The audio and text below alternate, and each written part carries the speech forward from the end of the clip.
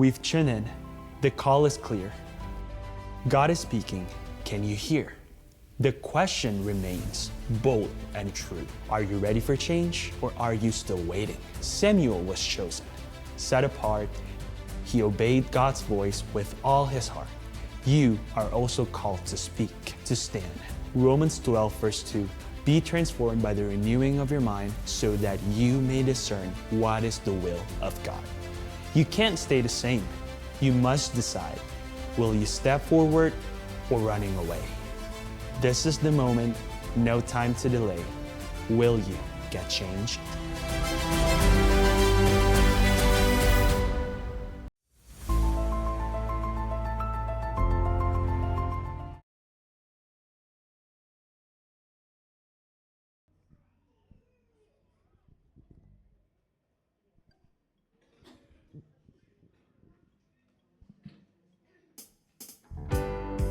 Shalom saudaraku, mari jemaat Tuhan kita sorak-sorai buat Tuhan, kita bangkit berdiri, kita siapkan hati kita buat Tuhan. Terima kasih Tuhan buat kasih-Mu, buat anugerah-Mu yang begitu melimpah dalam kehidupan kami. Melalui kematian-Mu, melalui kebangkitan-Mu Tuhan, kami merasa bersuka cita karena kami bersyukur Engkau selalu bersama-sama dengan kami, bersama-sama dengan ibadah kami, karena kami percaya di mana 2-3 orang berkumpul di dalam nama-Mu, di situ Engkau ada. Haleluya, amin. Sorak-sorai buat Allah kita yang dibangkitkan bersama dengan Yesus, yang dimenangkan bersama dengan Dia. Beri kemuliaan yang terbaik buat Tuhan.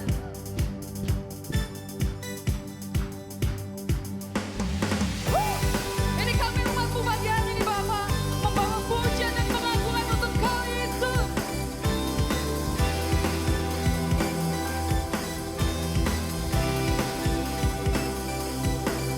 Semua yang nyanyi dan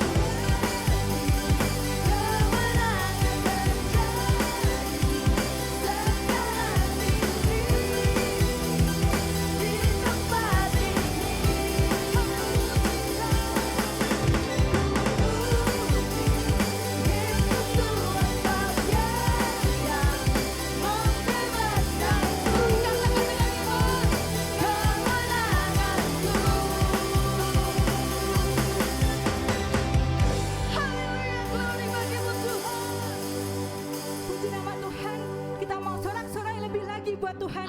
Kita nyatakan kebesaran Tuhan, keagungan Tuhan. Buat pengorbananmu Tuhan, kami mau meninggikan namamu Yesus.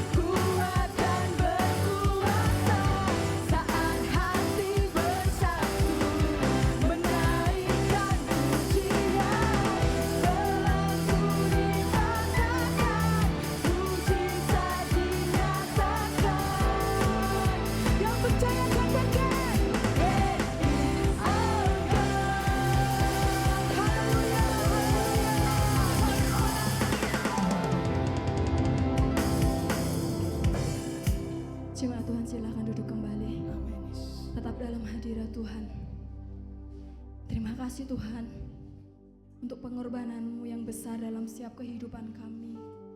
Bukan karena kekuatan kami, bukan karena kebaikan kami Tuhan, tapi karena kuasa salib-Mu, keselamatan-Mu yang Kau berikan di sepanjang kehidupan kami. Kami mau lebih lagi Tuhan untuk memuji, menyembah dan memuliakan nama-Mu. Terima kasih Tuhan.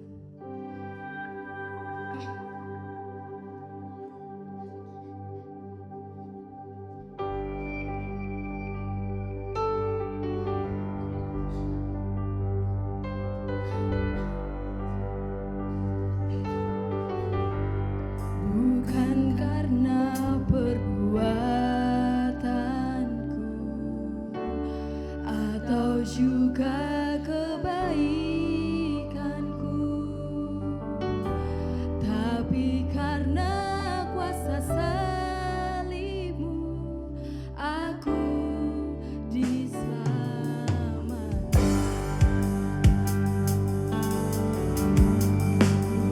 Dengan kekuatanku atau juga kehebatanku,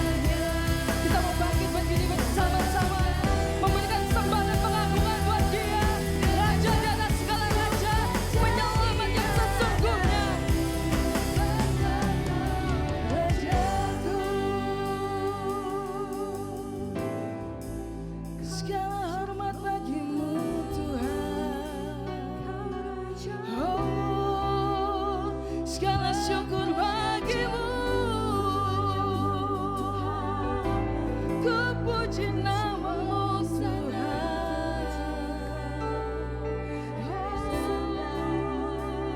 Yesus yang hidup, Yesus yang bangkit. Karena kebangkitannya kita beroleh harapan yang baru. Karena kebangkitannya kita boleh dimerdekakan, kita boleh dimenangkan. Segala masa depannya kita ragukan, ada bersama dengan kebangkitannya saat ini.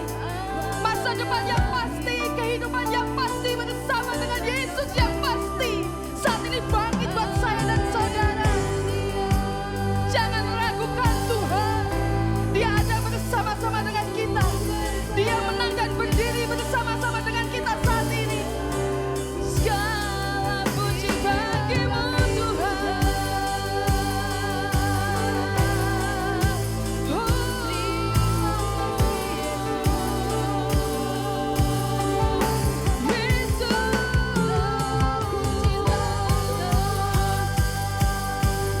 Tiada Allah seperti Engkau Tuhan. Hanya Engkau Yesus yang mampu bangkit dari sebuah kematian, yang memegang kunci kerajaan surga saat ini.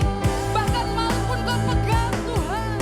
Kami bangga menyangka, kami bangga Kau tebus Tuhan.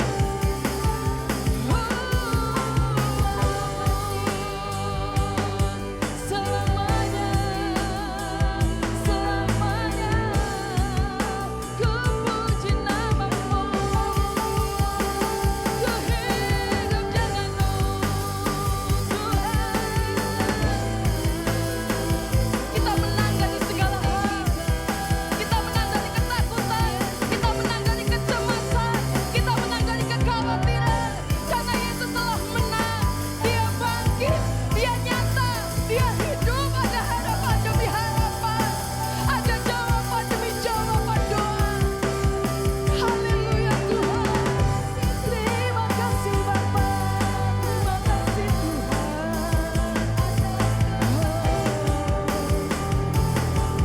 Kami mau katakan sekali Engkau tetap Engkau Tuhan. Engkau yang bertata atas setiap hidup kami. Engkau yang berdaulat atas setiap kami Tuhan. Terima kasih Yesus. Engkau telah memeteraikan kami dalam hati-Mu Tuhan. Engkau menggenggam kami dengan tangan yang berlubang paku itu Tuhan. Engkau pemilik kehidupan kami. Terima kasih Bapa. Terima kasih Yesus.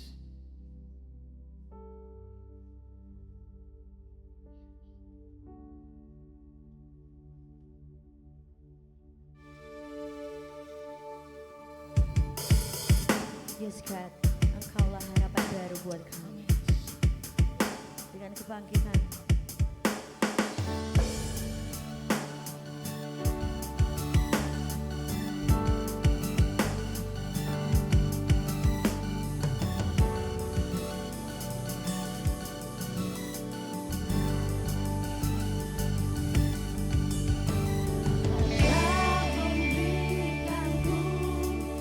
sebuah harapan baru dalam tangan-Mu.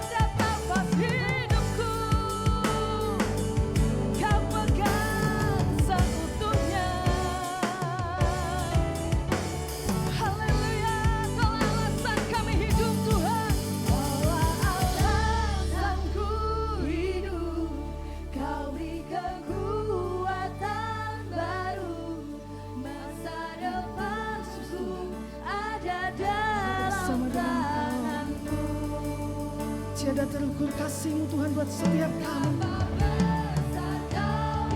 Tak terselami buat setiap kami Tuhan. Kasih dan pengorbanan-Mu buat setiap kami begitu mahal. Ada dalam tangan-Mu.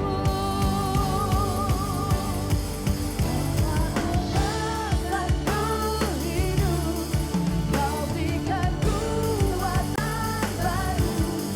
Masa depanku ada dalam tangan-Mu. Betapa besar Kau Yesus, tiada terukur kasih-Mu. Setiap nafasku ada dalam tangan-Mu.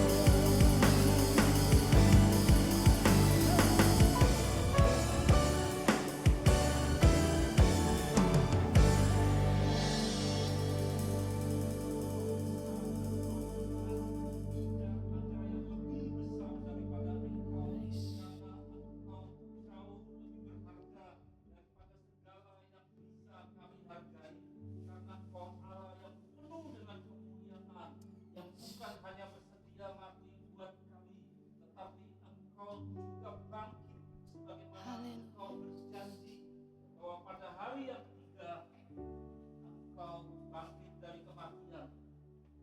Terima kasih Tuhan bahwa Engkau Allah yang penuh dengan kemuliaan, bahwa tidak ada yang lebih besar daripada segala Allah yang lain. Tidak ada yang lebih berharga daripada Engkau. Inilah Tuhan, jemaat-Mu yang sudah Engkau tebus dengan kematian-Mu, tetapi juga dengan kebangkitan-Mu. Kudus, kudus, kudus, kudus, kudus, kudus, kudus, kudus, kudus, kudus, kudus. Syukur. Kami lebih daripada sekedar memperingati, tetapi Roh-Mu hadir di tengah-tengah kami, menjamah hati kami, menjamah roh kami, seluruh jiwa kami. Inilah bait-Mu ya Bapa. Roh-Mu bersemayam di atas puji-pujian yang baru saja dilantunkan oleh anak-anak-Mu. Dan ketika Roh-Mu bersemayam di atas puji-pujian, maka ada kemerdekaan, ada kemenangan, ada kesembuhan, ada kebangkitan dalam hidup anak-anak-Mu orang percaya ini. Nyatakan Tuhan firman-Mu, kami rindu, kami haus. Nyatakan firman-Mu, kami buka hati kami lebar-lebar. Pakai mulut lidah hamba-Mu Tuhan. Hamba-Mu hanya seorang yang kecil dan rendah di hadapan-Mu, tapi kiranya Engkau berkenan untuk memakai, menjelaskan, menyampaikan kebenaran isi hati-Mu. Roh Kudus yang memberi kami penjelasan, dan hamba-Mu taat untuk menyampaikan secara sederhana. Di dalam nama Tuhan Yesus kami sambut kebenaran firman-Mu. Haleluya, amin. Silakan duduk. Selamat Paskah Bapak Ibu Saudara-saudara yang dikasih Tuhan. Saya bunyi baterainya baru dipakai 2 kali. Iya. Selamat Paskah Bapak Ibu Saudara-saudara, selamat Paskah ya. Selamat hari kebangkitan Tuhan Yesus. Satu peristiwa yang sangat berharga dalam kehidupan orang-orang percaya, karena apa Saudara? Firman Tuhan menegaskan kalau Tuhan Yesus tidak bangkit, sia-sialah kepercayaanmu. Jadi kalau beliau tidak bangkit terus di kuburan seperti nabi-nabi Saudara, makanya kita tidak ikut nabi-nabi tetapi ikut Tuhan Yesus. Kalau beliau tidak bangkit, sia-sialah kepercayaan orang percaya. Karena yang dipercayai, yang diimani, yang diikuti terus berada dalam kuburan. Tetapi Yesus tidak. Pada hari yang ketiga, sebagaimana ia berjanji, runtuhkan bait Allah ini, lalu pada hari yang ketiga akan dibangun kembali. Beliau penuhi, beliau nyatakan kebenaran akan janjinya itu. Mari kita lihat bersama-sama satu tema, Allahku hidup. Apa Saudara? Allahku hidup. Jadi bukan terus berada dalam kuburan, tapi Allahku hidup. Mari kita lihat bersama-sama apa kata firman Tuhan di dalamnya. Lukas pasal 24 ayat 1. satu kita baca bersama-sama bersuara ya, sampai saudara sendiri mendengar suara. Siap? 1, 2, 3. Tetapi pagi-pagi benar pada hari pertama minggu itu mereka pergi ke kubur membawa rempah-rempah yang telah disediakan mereka. Nah, lihat saudara, peristiwa 2000 tahun yang lampau di tempat yang namanya adalah Holy Sepulchre ya. Holy Sepulchre atau kubur kudus, diziarahi banyak orang saudara, meskipun ada ketidaksepakatan, sebelah sana lalu kelompok yang lain sebelah sini, ya sudah tidak apa-apa, tapi sekitar situ kubur kudus yang telah kosong. Nah, saudara perhatikan di situ ada wanita-wanita, ibu-ibu yang cintanya bukan main. Cinta itu lebih panjang sekali melampaui umur seseorang yang dicintai. Siapa yang saudara-saudara cintai yang sudah tidak ada? Cinta dari saudara-saudara yang masih ditinggal ini masih terus ada. Bukan hanya keluarga, ya. Nenek saya sangat kasihi, saya mengasihi dia meskipun sudah diambil Tuhan. Kedua orang tua saya kasih ini, cinta ini masih ada, masih simpan foto mereka. Karena cinta itu terus ada meskipun umur dibatasi. Saya punya kakak laki-laki yang sudah mendahului saya, ada 2 kakak, 1 Elsana, 1 Elkana. Mereka sudah mendahului, umur dibatasi, tetapi cinta ini masih terus ada, saudara. Ya. Nah, di sini kita menyaksikan, mana tadi kok mati? Ayo, jangan mogok terus tiap minggu mogok, ya, saudara. Jadi ibu-ibu ini cintanya cinta yang terus ada sampai kepada mereka dari rumah itu sudah membayangkan guruku, maha guruku, Tuhanku, pengajarku yang dikuburkan.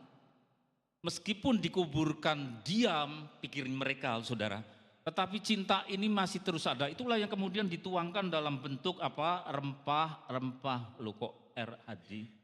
Ayo yang tadi. Ya apa? Rempah-rempah. Ada pembalseman dalam tradisi Yahudi di mana mayat itu harus diolesi dengan ramuan-ramuan campuran tertentu saudara. Sebagaimana yang dibawa orang Majus dalam kisah Natal itu akan ada yang namanya Kruksos, Libanos, dan Semurnas yang dibawa orang Majus. Dia diberi Kruksos atau emas karena beliau raja, ya. Dia diberi Libanos karena beliau imam, ukupan wangi. Tapi juga ada bahan yang ketiga yang dibawa orang Majus dalam berita Natal itu adalah satu ramuan untuk jenazah supaya kemudian lebih awet, jangan cepat-cepat menjadi busuk. Sehingga kemudian tidak bisa dicontoh orang-orang zaman sekarang kalau ada tetangganya bayin, saudara membawa ubur rampinnya jenazah kan tersinggung yang punya rumah. Lu saya baru bergembira punya bayi kok dibawakan rempah-rempah bahan untuk membalsem jenazah. Tapi Ibu Maria tidak tersinggung. Nah pada saat kematian sungguh-sungguh sebagaimana nubuat yang diucapkan Simeon bahwa sebilah pedang akan menusuk hatimu. Maka itu kemudian terjadi rasa duka cita yang begitu pedih pada Ibu Maria. Dan beliau punya ibu-ibu yang lain yang mendekati, yang menemani. Ada Marta, ya saudara. Ada Maria-Maria yang lain, ada banyak Maria namanya. Seperti orang di Jawa, endang ini, endang itu, kabeh kok endang ya saudara. Di situ ada banyak Maria yang menemani ibu-ibu ini mau menyatakan cintanya meskipun yang dikasihi maha gurunya itu mereka fahami masih dalam kubur. Tapi cinta itu tidak punah seperti kita ya saudara, orang normal. Nah kemudian kita lihat bersama-sama masih pada ayat 1. Yuk tampil, ayo dong. Ayo dong, ayo. Tidak muncul-muncul. Pagi-pagi benar hari pertama minggu itu. Pagi-pagi benar. Jadi tidak ada istilah bahasa Jawa kaharipan. Tahu kaharipan? Tidak ada. Melainkan ada istilah Jawa di sini Purwodadi mesti ngerti semua yang namanya gasi. Gasi. Ya. Kalau kerja enggak pernah telat. Kerjanya jam 8, setengah 8 sudah ada, ya toh. Gerejanya jam 10, sebelum jam 10 sudah kesini, bukan setengah 11 baru unu-unu ya. Bukan. Namanya gasi. Jadi mana yang dipentingkan, mana yang diremehkan itu kelihatan dari jam berapa engkau hadir. Ibu ini tidak meremehkan, nganggap sepele ya. Wis sandalan sisan wis sembarangan. Enggak ya. Dipentingkan sungguh. Oh besok saya mau bangun jam sekian. Loh, kata-kata ini penting sekali. Pagi-pagi benar itu apa? Gasi. Bukan karipan saudara, sudah dipentingkan sungguh pagi-pagi benar. Pada hari pertama minggu itu, yaitu seperti hari ini saudara, dalam satu minggu yang dihitung hari ke-1 adalah hari Minggu, mereka gasi, bukan karipan. Berarti Sabtunya itu mereka sudah punya rencana. Besok harus bangun pagi-pagi benar, padahal belum ada alam atau alamnya paling apa? Jago, betul enggak saudara? Ya. Belum ada handphone, belum ada jam yang bisa diputer, tapi sudah ada mekanisme yang dipakai jadi alam. Gasi, itu berarti mementingkan sungguh. Saya mau datang ke tempat tokoh yang saya kasihi, yang saya cintai. Minggu itu mereka pergi ke bubur membawa rempah-rempah. Lalu ayat yang kelima bawahnya, mereka sangat ketakutan dan menundukkan kepala, tetapi kedua orang itu, maksudnya malaikat, berkata kepada mereka, mengapa kamu mencari dia yang hidup? Lihat saya ekspos pakai tulisan biru, yang hidup di antara orang mati. Jadi yang dikasih ini dibawakan uborampinya mayat, padahal yang dikunjungi sudah hidup. Klop atau tidak? Tidak klop, namanya orang telat. Telat saudara ya. Uborampinya liturginya orang meninggal, yaitu rempah-rempah untuk membalsem jenazah. Lah jenazahnya mana? Ndak ada, orang sudah hidup. Berarti ini apa? Maksud diberikan ke mayat lain, belum tentu ada orang meninggal yang lain saudara, terbuang, terjadi pemborosan. Pemborosan karena tidak tepat. Jadi ini tidak relevan, tidak cocok. Liturgi untuk orang meninggal diberikan kepada yang hidup.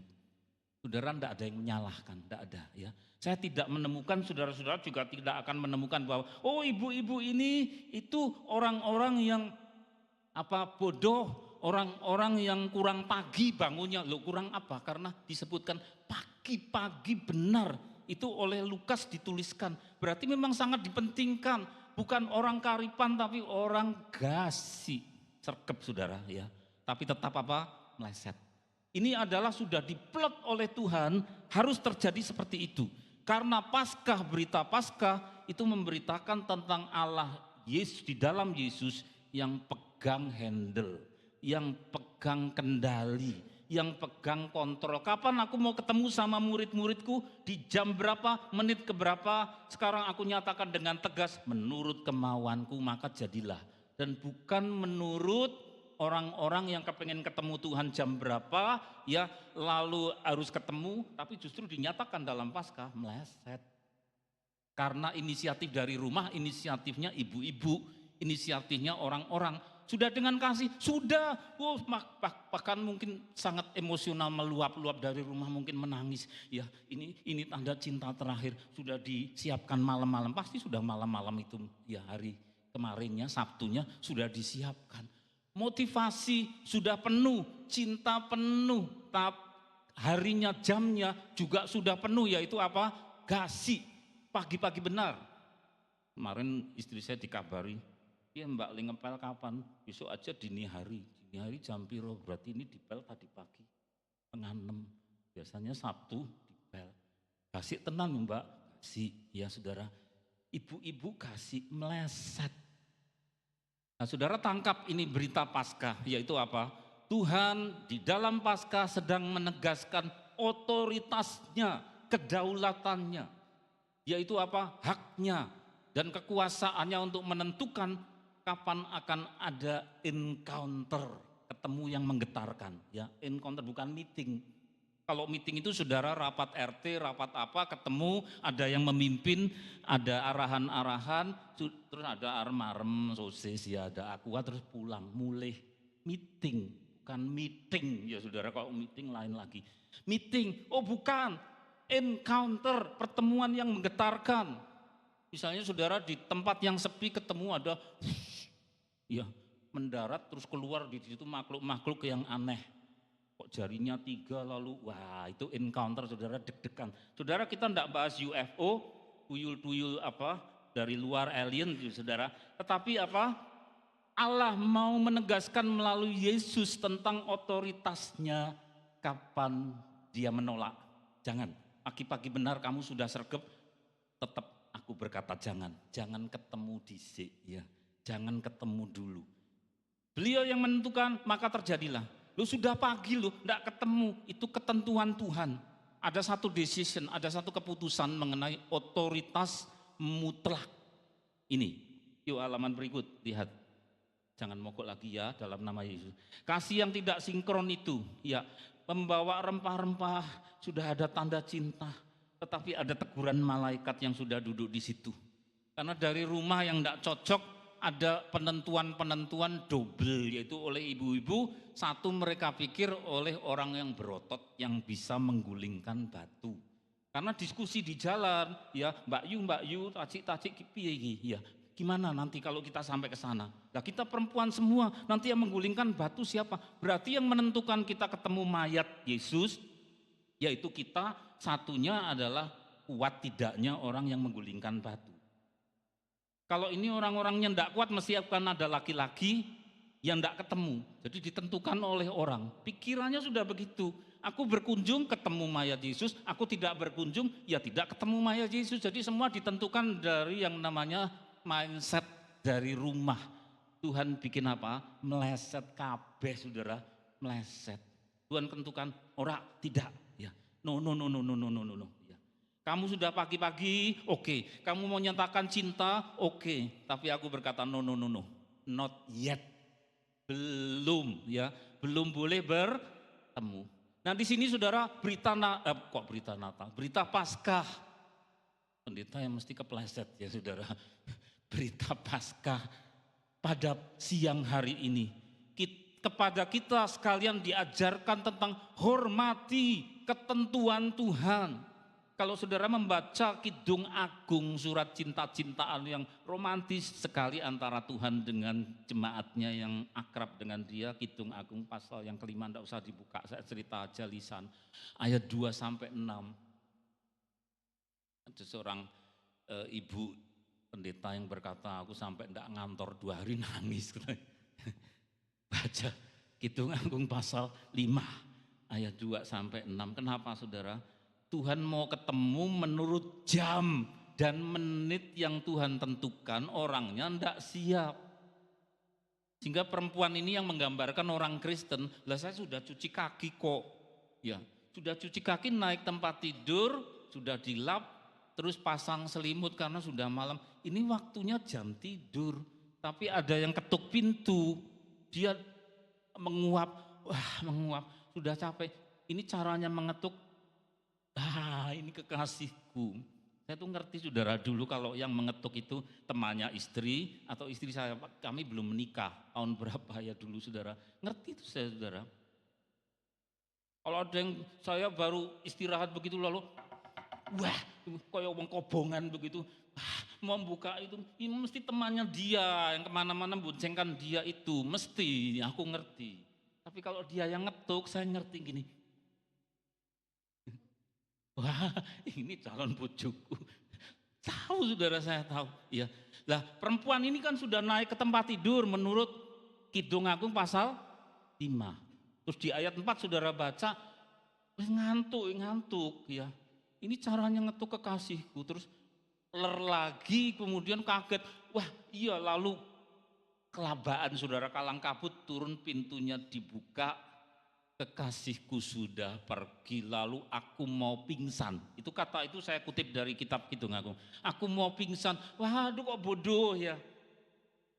Jadi biarpun malam, biar jam berapa Tuhan mau ketemu, itu otoritas yang menentukan Tuhan sendiri. Itu artinya.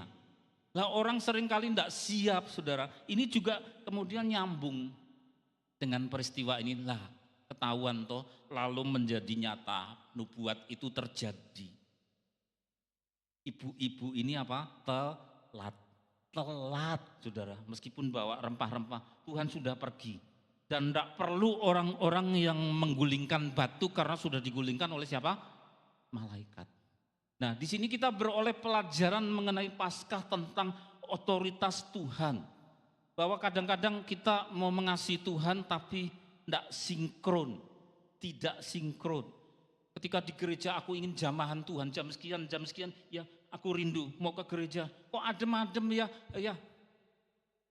Saya mengucap syukur keluarganya Buning, Mbak Ella ngajak kami hamba Tuhan sederhana ini diajak ke Tanah Suci. Dari rumah itu sudah ada konsep dan angan-angan di sini. Nanti ketemu situs itu berupa batu, berupa gedung. Saya minta supaya ini greng gitu loh. Jadi kalau pulang itu jangan sampai enggak bawa apa-apa. Tuhan jamah lewat apa ketemu dengan situs peninggalan ini. Ya itu meleset saudara, meleset. Tuhan mau jamah orang menurut caranya. Sampai sana ya yang namanya Bethlehem, orang Israel itu murah hati sekali ya, apa-apa diberikan ke orang Arab Palestina. Bethlehemnya PN, Yeriko PN, padahal Yehuda Samaria loh saudara. Terus Gaza itu bagiannya jatahnya orang Yehuda, diberikan, tapi masih terus nyerang terus toh, udah murah hati. Ya tapi kita enggak cerita itu saudara, kok melenceng sedikit sorry. Kadang-kadang penderitaan nyeleweng ya saudara, sorry ya sampai mana tadi, situs Bethlehem, yuk pegang-pegang yang namanya apa, logam berbentuk bintang, tempel sama, kok rauno gerengnya, ndak ada gerengnya, ya Gunung Sinai, apa batunya yang seperti besi dan ndak ada debunya, dipegang ndak ada, tapi Tuhan ngegereng lewat apa? Lewat ternyata orang-orang masa lalu yang melestarikan situs-situs itu. Sehingga sampai kemudian saya bilang ke rekan-rekan pengurus itu, 2 minggu di hotel ngelindur terus semalam saudara, bukan karena batu, bukan karena bangunan, tempat Tuhan Yesus dulu pernah melawat, kami napak tilas. Tapi orang-orang yang Tuhan jamah pada masa lalu sehingga ngimpi mengenai Saint Catherine. Orang yang dibikinkan monasteri atau biara di kaki Gunung Sinai. Di belakangnya itu ada halaman belakang, ada pohon semak-semak di mana Tuhan Yesus pernah mengunjungi Musa ya dalam bentuk cahaya. Lain kali beliau mengunjungi siapa sebelumnya? Abraham dalam bentuk cahaya. Di Perjanjian Baru mengunjungi dalam bentuk cahaya tapi merusakkan mata Saulus. Akulah Yesus yang kau aniaya. Saudara, bukan semaknya, tapi orang yang dibangunkan biara. Itu ada Saint Catherine. Kemudian ada orang yang punya obsesi membangun sampai 54 gereja, di mana setiap situs jangan direbut oleh orang-orang asing. Orang Persia kan sering masuk. Juga Khalifah Utsmaniyah, Umar bin Khattab, ya.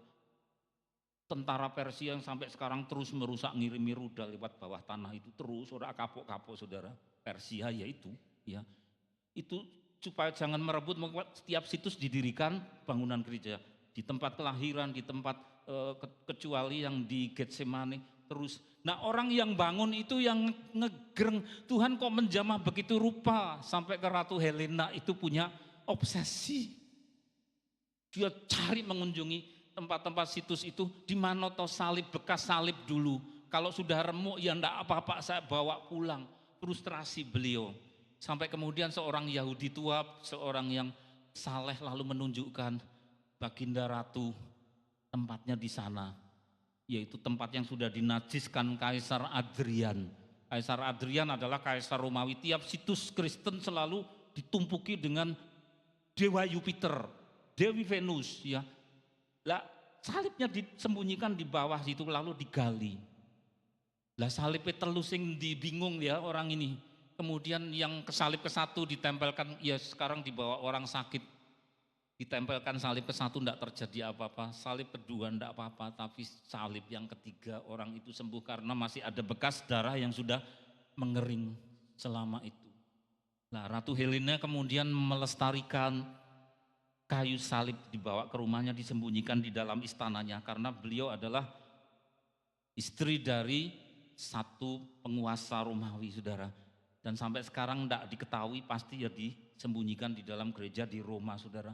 Orang-orang ini punya dedikasi, punya obsesi, punya emosi, dan punya kerinduan itu yang kemudian dari sejarahnya ngegreng hamba Tuhan ini, saudara. Jadi saya pulang itu Tuhan menjamah lewat tokoh-tokoh sejarah. Kemudian setiap orang ini punya penderitaan. Saint Catherine juga menderita, maka gambarnya, lukisannya selalu ada roda di sebelahnya karena roda itu untuk menyiksa dia sampai saat meninggalnya menjadi martir, tengkuknya dipenggal atas perintah Kaisar Romawi. Ya, Ratu Helena juga menderita karena dibuang suaminya bersama anak laki-lakinya, meskipun anak laki-laki itu kemudian dinaikkan menjadi Kaisar Romawi, yaitu beliau Konstantinus. Saudara, ya. Kemudian ada juga Santo Simon, tanpa Andriano loh ya, Santo Simon. Orang ini juga menderita karena ingin hidup kudus. Sehingga kemudian kalau lihat perempuan cantik, enggak tahan Tuhan, kok bikin dosa terus, masuk sejak dulu dosanya ini terus. Lihat perempuan enggak tahan, ya aku ingin hidup kudus, orang iso enggak bisa, bertobat itu sukar. Orang ini di hadapan Tuhan justru ngomong aku berdosa, justru Tuhan berkenan. Sampai kemudian mengambil langkah, istri bilang kau berfirman jika matamu menyesatkan kau cungkilah, lalu ditafsirkan huruf iya. Karena dia seorang tukang apa itu yang bikin kulit untuk sepatu ya dan sebagainya, alatnya itu dipakai, dibantu orang tertentu untuk mencungkil matanya. Tuhan, saya pakai satu mata aja. Daripada seperti yang kau firmankan, lebih baik satu mata masuk kerajaan surga daripada punya dua mata tapi ke neraka. Karena wedoan, saudara, ya. Simon itu. Sehingga dalam tangisan itu, saya orang berdosa, apakah bisa dengan satu mata? Tidak bisa. Pertobatan itu karena satu mata pun yang ngerti wong ayu, saudara. Dia hanya ngerti apa? Penebusan oleh darah Yesus. Kebangkitannya Yesus. Dan kemudian apa pekerjaan Roh Kudus sampai dia diambil melalui cara yang luar biasa, yaitu Tuhan menyuruh dia untuk berhadapan dengan khalifah-khalifah itu yang anti Kristen itu, yang menantang, apa betul kamu diajari kalau iman sebesar biji sawi bisa memindahkan gunung? Oh iya betul, kami memang diajari gitu, buktikan. Wah, deg-degan saudara, piye ini caranya ya. Kan bingung saudara, Santo Simon sudah matanya satu, ditantang, suruh mindahkan gunung. Kalau tidak bisa engkau memindahkan gunung sesama jemaatmu di Mesir, itu di Mesir. Maka kemudian tidak boleh ada di sini, di Kairo. Harus keluar, kalau tidak mau keluar dihukum mati. Lalu ngumpulkan seluruh rekan-rekannya jemaat, berdoa. Cuma singkat kata-katanya, Kyrie eleison. Kyrie eleison dalam bahasa, kalau saudara kita Katolik ngerti artinya Tuhan kasihanilah aku. 3 hari puasa. 3 hari puasa, pada hari yang ketiga seperti Tuhan Yesus bangkit dari kematian, hari ketiga berarti menunjuk kepada Paskah, maka terjadilah bukit itu Mokatam itu terpotong karena diguncang gempa di daerah itu. Sehingga karena terpotong, terangkat, lalu dipindahkan oleh gempa itu, lalu jarak beberapa kilometer pindah. Dan kemudian musuh yang mencobai itu baru percaya. Sehingga kemudian tempat pindah yang baru itu yang kemudian ditatah, dipahat menjadi gereja yang dikunjungi oleh orang-orang Indonesia. Mereka bekerja untuk sampah yang dikumpulkan ya dijual. Kami naik mobil angkuta itu semua dadah, ramah semua. Orang-orang mesti anaknya kecil-kecil, ganteng-ganteng semua ya. Anak-anak Tuhan. Saudara yang dikasihi oleh Tuhan, orang tidak bisa menentukan kapan Tuhan bekerja, kapan Tuhan menemukan, tetapi dengan caranya. Bahkan orang yang mencungkil matanya pun tidak bisa tuntas untuk bertobat. Karena satu mata pun bisa lihat perempuan cantik. Tapi ketika Tuhan utus, kamu harus nangis. Eri Kyrie eleison, bukan masalah supaya tidak ngerti perempuan cantik, tetapi memindahkan gunung. Sehingga Tuhan punya rencana untuk mengumpulkan jemaat gereja di bawah Bukit Mukatam itu, saudara. Begitu besar kedaulatan otoritas. Coba lihat halaman yang berikut. Saudara, ada koreksi-koreksi. Bukan berarti salah total, enggak. Ibu-ibu tadi sudah benar mengasihi, ya, kasih yang meluap-luap, bangunnya gasi, bukan karipan. Tapi toh meleset karena Tuhan yang menentukan kapan enggak boleh ketemu. Belum boleh ketemu, ya. Dia yang punya pegang otoritas. Kita juga patut dikoreksi atas ungkapan cinta kasih kita yang kita kira itu sudah kurang apa toh Tuhan, saya mengasihi engkau. Tapi kita tidak sadar itu mengurung diri pada bekas-bekas sejarah. Makanya saya tadi juga dikoreksi dari rumah itu, dari Solo, terus Purwodadi, dari Semarang, naik pesawat sudah mikir nanti ketemu sana ada gerengnya Tuhan. Tuhan berkata tidak. Nah, lewat apa? Ya, ternyata lewat tokoh-tokoh yang menjadi martir, tokoh-tokoh yang menderita, yang setia pada Tuhan Yesus. Yang bikin saya ngelindur 2 minggu di dalam hotel sampai ke rumah ya masih, saudara. Itu. Bukan hanya Saint Catherine, bukan hanya Ratu Helena, ada Santo Simon, ada banyak orang yang mengalami penderitaan tetapi rindu pada Yesus. Dan Tuhan Yesus yang bangkit itu hidup artinya bisa menentukan, berkuasa menentukan kapan kau ketemu saya, dengan cara apa aku menyatakan kuasamu, bukan dengan caramu. Gitu, saudara, bukan orangnya salah enggak, tetapi terbatas, tapi dikoreksi. Itu berita Paskah di siang hari ini. Mengurung diri pada berkas-bekas relikwi. Aku pelihara cuilan ini, ya, tanah dari Israel dibawa ke sini. Kok ora ono grengnya? Lah kalau Tuhan enggak pakai tanah ya enggak bisa. Ada yang pesen gawane watu, ya watu dari lembah Yeriko, watu dari Getsemani. Kok ora ono grenge? Ya karena ketentuan hanya oleh Tuhan dengan cara apa. Saudara, kita berdoa kadang-kadang kok kucing kawin wah gludak-gludak ora iso konsentrasi. Saudara, mau apa lagi dengarkan musik, baru pujian, tahu-tahu COD, lalu dengarkan musik kok kemudian di sela-sela COD, ya. Karena ya di-download dulu musiknya. Betul enggak? Saya kadang juga gitu. Betul enggak, saudara? Baru pujian tahu-tahu kok rindik dewe karena ada WhatsApp masuk. Kita enggak bisa pakai cara kita terus mengurung diri bersama Allah teks. Tuhan itu di mana? Ya waktu aku baca Alkitab, dia berfirman kepadaku kalau aku baca Alkitab, jadi Allah cuma ada terkurung dalam buku. Itu Allah mati. Tuhan Yesus tidak terkurung di dalam kuburan, di mana kalau aku menemui dia datang, aku ketemu jenazahnya. Oh nyuwun sewu ya, I'm sorry saya gulingkan sana, ini luka-lukanya. Mayat kan nurut, sudah digulingkan.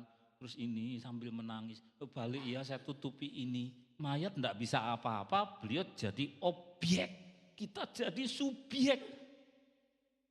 Saudara, ada doa orang dewasa yang berkata, Tuhan ampuni bukan hanya karena kriminal, tetapi karena enggak sadar aku jadi subjek terus. Dan Tuhan Yesus kita perlakukan di otak-atik sendiri menjadi objek. Objek itu apa? Sasaran perlakuan. Tak ngenek semauku. Itu namanya kurang hormat, saudara. Tuhan semaunya Tuhan saja, beliau yang jadi subjek, bukan objek kita.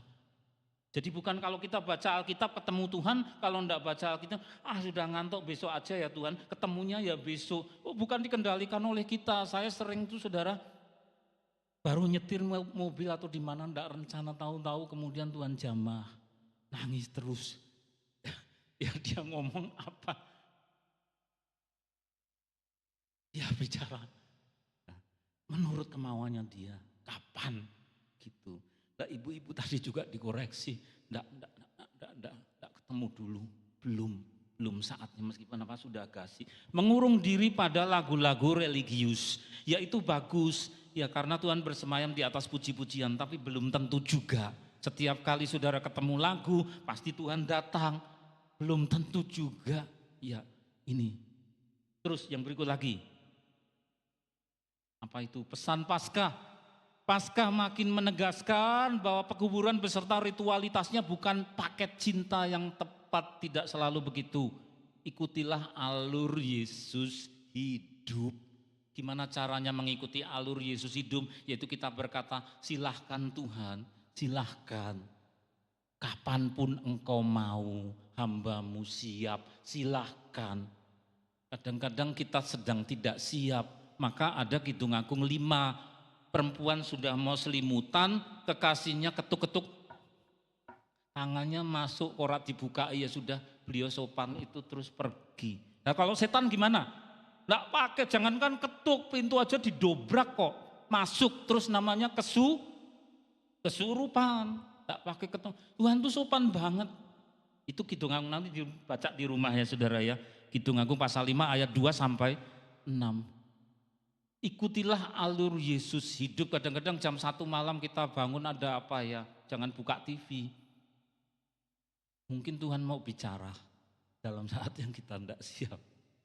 Tahu-tahu saudara opnam, lu saya salah apa kok opnam, sakit. Ternyata waktu ndak ada sapa-sapa, Tuhan mau bicara.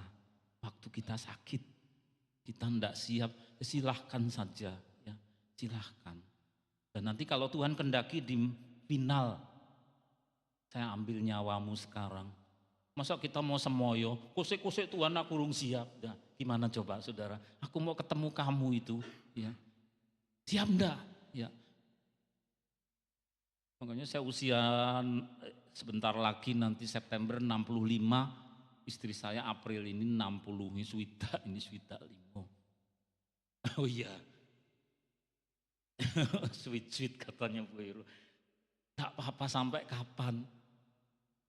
Ada pikiran penggodaan yang kelihatannya bagus, tapi tidak benar. Ini jangan ditiru, saya tolak kok ya penggodaan. Istrimu sudah tua, kamu sudah tua. Kalau nanti bulan September masa bakti saya di AFC Purwodadi sudah selesai, daftar aja ke Institut Roncoli Salatiga. Dan ngopo ke sana ya. Ada pikiran bukan dari saya ini, bisa tuh bisikan. Ya tiap hari siap-siap kalau mau diambil Tuhan, karena kalau masuk Roncoli jadi biarawan, ya cuma siap-siap mau diambil. Nah istrinya gimana ditinggal? Kan sudah dinikahi, kan harus didampingi. Kan enggak benar, kelihatannya suci, mau menyendiri, ketemu Tuhan, mau diambil, sudah tua. Nah kan harus mendampingi istri, saudara. Nah kelihatannya bagus, tetapi apa? Kalau bukan dari Tuhan, butuh konfirmasi. Tuhan mau ketemu kita, meskipun ada istri suami, istri. Kalau Tuhan mau, terjadilah. Ya, itu, oke. Terus berikut. Nah, perhatikan apa yang diingini oleh Tuhan Yesus. Perjumpaan bukan meeting tetapi apa? Encounter. Seperti saya dulu belum nikah sama ini, saya mengajar gitu, ada mata kuliah konseling pastoral, ada mata kuliah penggembalaan. Ya enggak konsentrasi, dosennya ngajar sambil ngelirik, ini kok ya lama-lama jadi buju saudara. Mengajar itu tapi ada sesuatu yang namanya greng, deg-degan. Maka tiap kali ketemu saya tidak menyebut ini meeting, tetapi encounter. Semula ketemu di kelas, lama-lama ketemu di tempat bakso, bakmi, lama-lama di pelaminan, ya sampai ke rumah. Tuhan itu encounter sama kita. Pintu-pintu dikunci, tidak ketemu siapa-siapa. Nah itu waktu rombongan kemarin, Mas Adit itu, terus di sana diberi kesempatan yang mengucap syukur mengunjungi Eseni Quarter, satu ruang atas yang mana Tuhan sudah kenal pemiliknya. Kenapa dinamai Eseni? Karena di situ disebutkan jikalau engkau menemui seorang laki-laki membawa kendi air, maka ikuti orang itu, harus dibuntuti. Terus ketemu sama tuan rumahnya, engkau harus menanyakan di mana guru boleh mengadakan perjamuan Paskah. Terus akan engkau ditunjukkan ruang atas. Sungguh ketemu dengan apa yang menyalahi tradisi, yaitu umumnya yang bawa kendi itu perempuan. Tapi di situ yang bawa kendi orang laki, berarti itu kelompok orang yang menyendiri, yang hanya memelihara kitab suci, namanya orang Eseni yang menyingkir sampai ke laut mati di Qumran sana, saudara. Terus ditunjukkan ruang atas. Nah, di sana makan Paskah. Tapi sesudah penyalipan, saudara, lalu orang-orang ini takut, murid-murid lalu mengunci diri di situ. Nah, waktu rombongan berkunjung ke sana, kok enggak ada polisi, enggak ada tentara, yang jaga empus. Taman Getsemani yang jaga ya empus. Gereja Santa Ana di depannya yang jaga siapa? Pus. Ya, potret karena manis-manis yang jaga, karena binatang itu kan bisa melihat sampai ke dimensi lain, saudara. Ya, di Sinai yang jaga siapa? Pus. Saudara, di tempat ini kuncian, takut. Nanti kalau saya ditangkap gimana? Seperti guruku juga ditangkap, disalib, saya juga nanti disalib, dikunci di Eseni Quarter. Tapi itulah saat Paskah, lalu Yesus tiba-tiba tiba-tiba tanpa janjian. Belum ada WhatsApp ya. Lalu aku mau datang loh, buka ke pintu, enggak ada, saudara. Ya, enggak kencanan, enggak janjian. Dikunci nembus, ya. Tiba-tiba berdiri di tengah-tengah mereka, meskipun pintu dikunci masuk, bus, kapan aku mau ketemu, terjadilah. Padahal mereka ingin apa?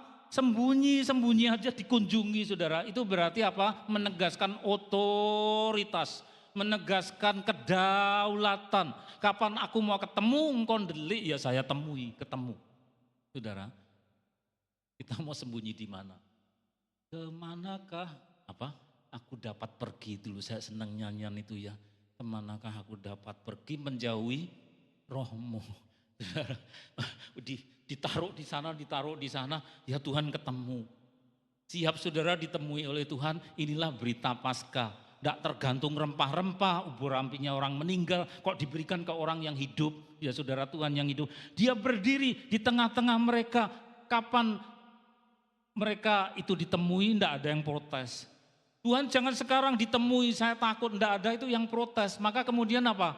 Damai sejahtera bagi kamu. Saya rindu saudara seisi ruangan ini kalau ditemui oleh Tuhan, Tuhan Yesus berkata apa? Damai sejahtera bagimu. Kapan itu? Paskah. Beliau bangkit semaunya dia menemui kita kapan? Silahkan kita buka ya hati kita. Terus dia kirimkan apa? Damai sejahtera, ayo bagimu. Hosana, hosana, hosana, hosana. Hosana, hosana.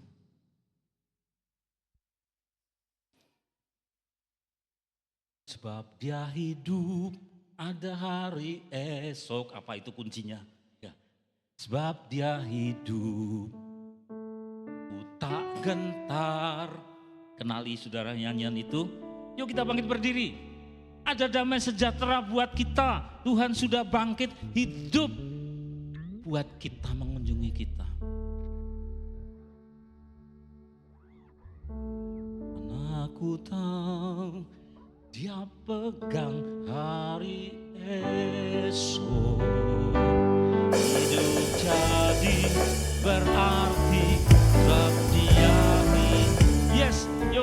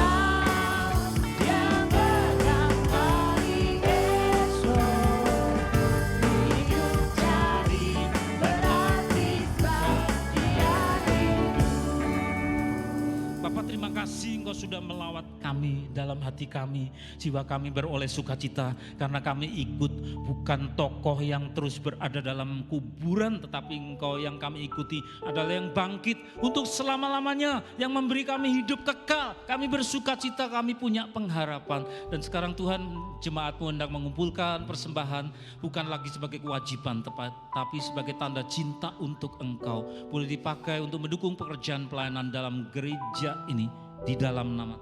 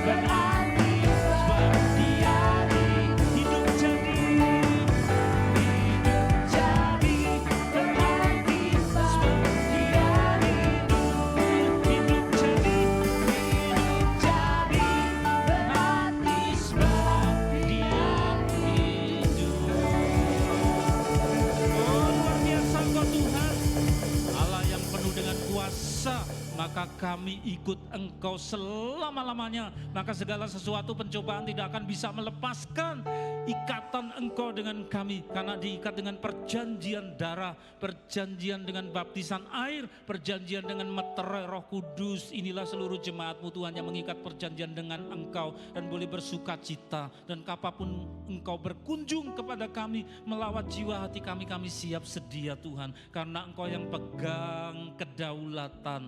Oh Bapa kami yang ada di surga, dikuduskanlah namamu, datanglah kerajaanmu, jadilah kehendak-Mu di bumi seperti di surga. Berikanlah kepada kami pada hari ini makanan kami yang secukupnya, dan ampunilah kami akan segala kesalahan kami, sebagaimana kami juga mengampuni orang yang bersalah kepada kami. Dan janganlah membawa kami ke dalam pencobaan, tetapi lepaskanlah kami dari segala yang jahat, karena Engkau-lah yang mempunyai kerajaan, kuasa, dan kemuliaan sampai selama-lamanya. Kami angkat kedua belah tangan kami, mengarahkan hati kepada Engkau. Dicurahkanlah kepada seluruh jemaat ini anugerah sejahtera penyertaan dari Allah Bapa di surga, kasih karunia Tuhan Yesus yang bangkit, serta penyertaan Roh Kudus pada hari ini sampai Tuhan datang kedua kali, bahkan sampai selama-lamanya. Dalam nama Tuhan Yesus, semua yang percaya berseru bersama.